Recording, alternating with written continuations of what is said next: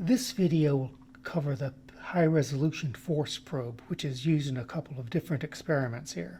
This is the probe itself. It is connected to software called Capstone, which is displayed on the screen. We have the display set up to give a digital display in newtons and a graph of force versus time. So let's start the data acquisition to show how it works.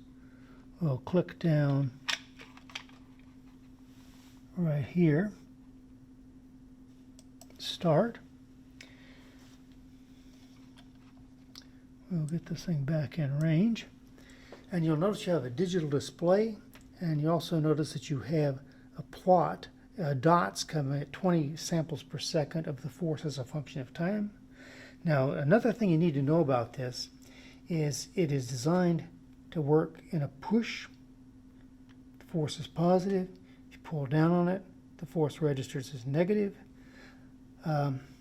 The other thing is it's got a zero button. So if you zero the force probe by pushing this button, it comes back to zero.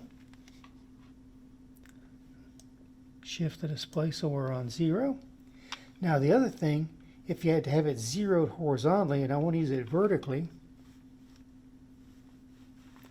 you can see that the level changes, so you need to zero it again in the orientation you're going to use it.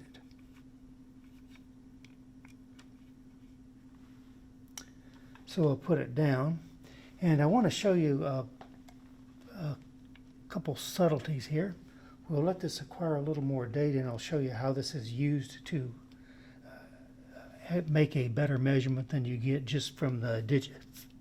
So we will stop the acquisition by clicking on the stop button, which is the same as the start button, just it's a square instead of round.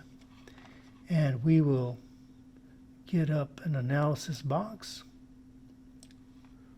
Move the box over here. We will shrink it so it's only analyzing one section of data, and it gives you the mean and the standard deviation, which you can read there.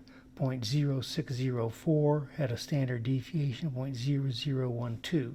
Those units are newtons. So that is the really accurate way to do it, because you're getting a measurement as it goes. Now, one other thing I want to restart, and I want to point out that you see the digital display jitters around a little bit. Well, what does that mean? Well, we'll take a look at that in just a second. I want to zoom in on that for a subtle point.